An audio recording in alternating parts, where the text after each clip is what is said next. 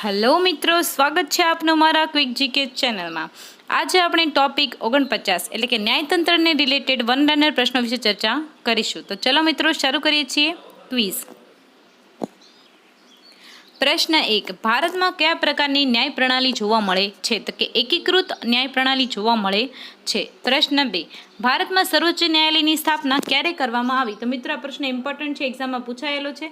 ભારતમાં સર્વોચ્ચ ન્યાયાલયની સ્થાપના છે 28મી જાન્યુઆરી 1950ના રોજ કરવામાં આવી।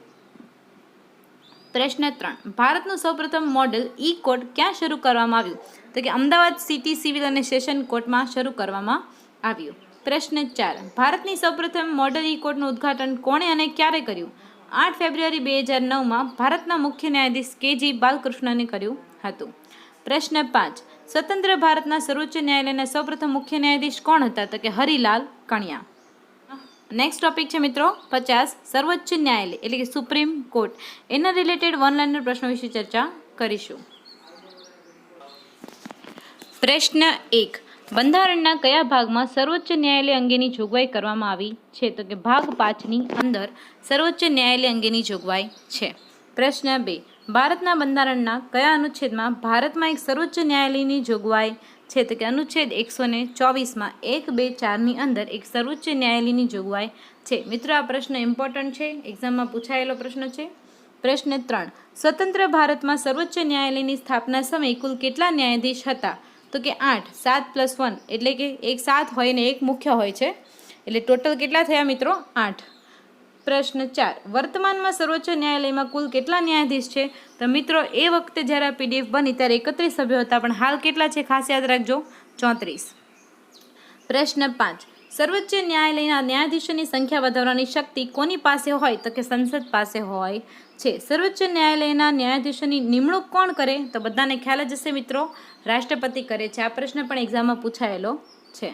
પ્રશ્ન 7, સર્વોચ્ચ ન્યાયાલયના મુખ્ય ન્યાયાધીશની નિમણૂક કોણ કરે? તો કે રાષ્ટ્રપતિ કરે છે। પ્રશ્ન 8, સર્વોચ્ચ ન્યાયાલયના ન્યાયાધીશની નિમણૂક કરવા રાષ્ટ્રપતિ છે એ મુખ્ય ન્યાયાધીશ અને અન્ય ન્યાયાધીશોની સલાહ લે છે, તેને શું કહેવાય છે? મિત્રો આ પ્રશ્ન ખૂબ જ ઇમ્પોર્ટન્ટ છે। સર્વોચ્ચ ન્યાયાલયના ન્યાયાધીશોની નિમણૂક કરવા રાષ્ટ્રપતિ છે એ મુખ્ય ન્યાયાધીશોની સલાહ લે છે, તો આ સિસ્ટમને શું કહેવાય? ને કોલેજિયમ સિસ્ટમ કહેવાય છે। સર્વોચ્ચ ન્યાયાલયના મુખ્ય ન્યાયાધીશ બનવાની યોગ્યતામાં ભારતના નાગરિક સિવાય બીજી કઈ યોગ્યતાઓ જરૂરી છે? તો મિત્રો યાદ રાખો, 5 વર્ષ સુધી કોઈ ઉચ્ચ ન્યાયાલયનો ન્યાયાધીશ રહી ચૂક્યો હોય અથવા 10 વર્ષ સુધી ઉચ્ચ ન્યાયાલયમાં વકીલાત કરી હોય તે ગણાશે। પ્રશ્ન 10, બંધારણના કયા અનુચ્છેદ મુજબ રાષ્ટ્રપતિ છે સર્વોચ્ચ ન્યાયાલયના ન્યાયાધીશોની નિમણૂક કરે? તો મિત્રો યાદ રાખજો, અનુચ્છેદ 124।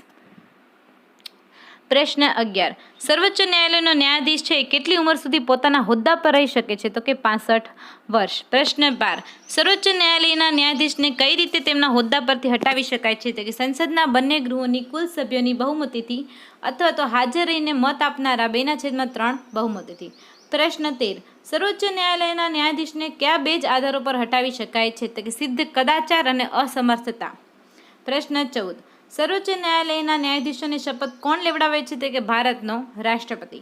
પ્રશ્ન 15, સર્વોચ્ચ ન્યાયાલયના મુખ્ય ન્યાયાધીશોનો પગાર કેટલો હોય છે? મિત્રો આ વખતે જ્યારે આ બુક બની ત્યારનો આ છે, હાલ અત્યારે તમારે આ યાદ રાખવાનો નથી।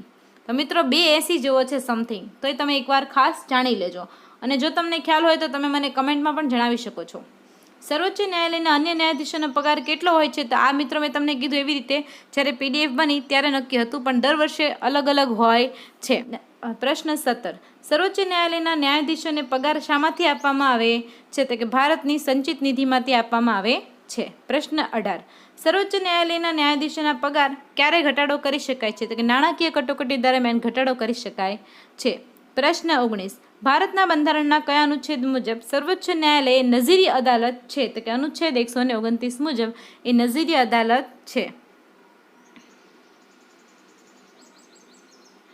પ્રશ્ન 20, ભારતમાં કયું ન્યાયાલય છે નજીરી અદાલત અથવા તો અભિલેખ ન્યાયાલય પણ કહેવામાં આવે છે? મિત્રો આ ખાસ યાદ રાખજો કે સર્વોચ્ચ ન્યાયાલયને શું કહેવાય છે? નજીરી અદાલત એટલે સર્વોચ્ચ ન્યાયાલયને અભિલેખ ન્યાયાલય પણ એને જ કહેવામાં આવે છે। સર્વોચ્ચ ન્યાયાલયની બેઠક ક્યાં છે મિત્રો? તો કે દિલ્હી ખાતે। પ્રશ્ન 22, ભારતના બંધારણની વ્યાખ્યાતા કરવાની સત્તા કોણ ધરાવે છે? ભારતના બંધારણની વ્યાખ્યાતા કરવાની સત્તા છે સર્વોચ્ચ ન્યાયાલય ધરાવે છે? પ્રશ્ન 23. ભારતના સર્વોચ્ચ ન્યાયાલયના મુખ્ય ન્યાયાધીશ કોણ હતા?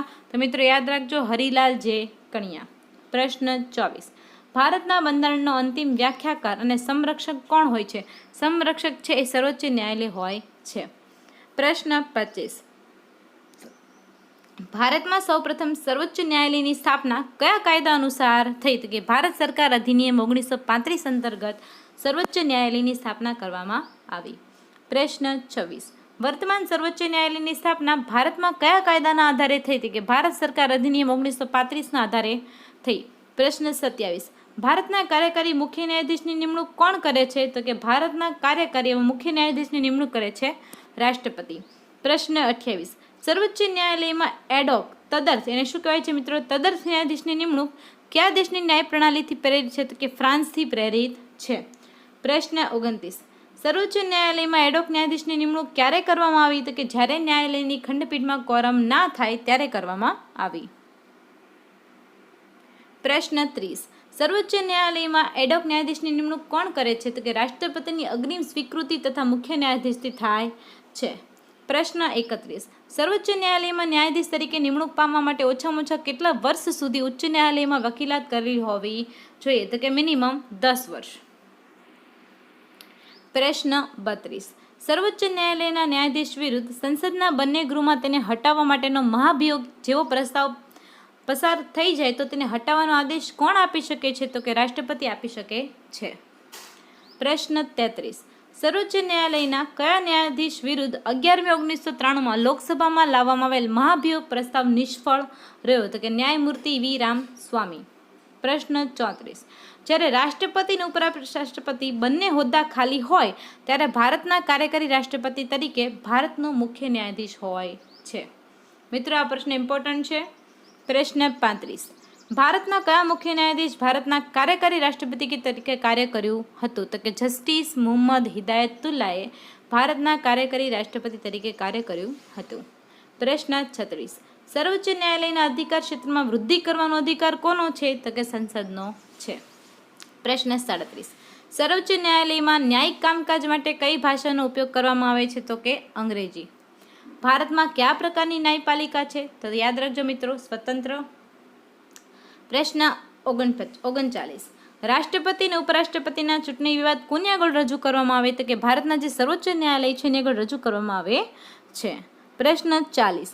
રાષ્ટ્રપતિ છે એ કાયદાકીય બાબતોમાં કોની પાસેથી સલાહ લઈ શકે?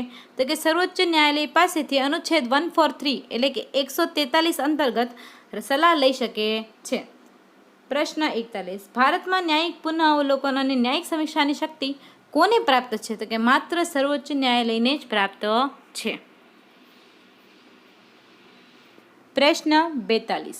સર્વોચ્ચ ન્યાયાલયની ન્યાયિક સમીક્ષા અર્થાત શું છે? તો કે સર્વોચ્ચ ન્યાયાલય દ્વારા કાયદાઓનું બંધારણીય જોગવાઈ દ્રષ્ટિએ સમીક્ષા છે. પ્રશ્ન 43. સર્વોચ્ચ ન્યાયાલયના ન્યાયિક પુનઃઅવલોકનનો શું અર્થ થાય છે? તો કે સર્વોચ્ચ ન્યાયાલય કોઈપણ રાજ્યના કાયદાને ગેરબંધારણીય જાહેર કરી શકે છે. પ્રશ્ન 44. કેન્દ્ર અને રાજ્યો વચ્ચેના વિવાદોનું સમાધાન કરવું એ સર્વોચ્ચ ન્યાયાલયના કયા અધિકાર અંતર્ગત આવે છે? તો કે પ્રારંભિક મૂળ અધિકાર તરીકે આ અંતર્ગત એને ગણવામાં આવે છે, જેને કહેવાય છે ક્ષેત્રાધિકાર. પ્રશ્ન 45. PIL જનહિત યાચિક ક્યાં દાખલ કરી શકાય છે? પબ્લિક ઇન્ટરેસ્ટ લિટિગેશન એવું કંઈક નામ થાય છે મિત્રો PILનું. PIL છે એ ક્યાં દાખલ કરી શકાય છે? કે સર્વોચ્ચ અને ઉચ્ચ ન્યાયાલય બંનેમાં દાખલ કરી શકાય છે. પ્રશ્ન 46. રાષ્ટ્રપતિ કોની ભલામણથી સંઘ લોક સેવા આયોગના અધ્યક્ષ અને તેના સભ્યને હટાવી શકે છે? તો કે રાષ્ટ્રપતિ છે સર્વોચ્ચ ન્યાયાલયની ભલામણથી સંઘ લોક સેવા આયોગના અધ્યક્ષ અને તેના સભ્યને હટાવી શકે છે. પ્રશ્ન 47. લાભનું પદ ઓફિસ ઓફ પ્રોફિટ કોના દ્વારા વ્યાખ્યાયિત કરવામાં આવ્યું? તો કે લાભનું જે પદ છે ઓફિસ ઓફ પ્રોફિટ એ સર્વોચ્ચ ન્યાયાલય દ્વારા વ્યાખ્યાયિત કરવામાં આવ્યું છે. પ્રશ્ન 48. રાષ્ટ્રીય માનવાધિકાર આયોગના અધિનિયમ 1993 મુજબ રાષ્ટ્રીય માનવાધિકાર આયોગનો અધ્યક્ષ કોણ બની શકે? તો કે માત્ર ભારતના સેવાનિવૃત્ત મુખ્ય ન્યાયાધીશ જ બની શકે છે. પ્રશ્ન 49. સર્વોચ્ચ ન્યાયાલયના મુખ્ય ન્યાયાધીશ પદ પર કોણ સૌથી લાંબા સમય સુધી રહ્યા? તો કે વી ચંદ્રચૂડ. પ્રશ્ન 50. સર્વોચ્ચ ન્યાયાલયના સૌપ્રથમ મહિલા ન્યાયાધીશ કોણ હતા? તો મિત્રો યાદ રાખજો, સર્વોચ્ચ ન્યાયાલયના સૌપ્રથમ મહિલા ન્યાયાધીશ હતા ફાતિમા બીબી. તો મિત્રો હવે મળીશું આપણે નેક્સ્ટ વિડીયોમાં, જેની અંદર આપણે હાઈકોર્ટને રિલેટેડ, ઉચ્ચ ન્યાયાલયને રિલેટેડ વન લાઇનર પ્રશ્નો વિશે ચર્ચા કરીશું. જો મિત્રો આપને અમારો વિડીયો ગમ્યો હોય તો દિલથી લાઇક, શેર અને સબસ્ક્રાઇબ કરવા વિનંતી. Thank you so much.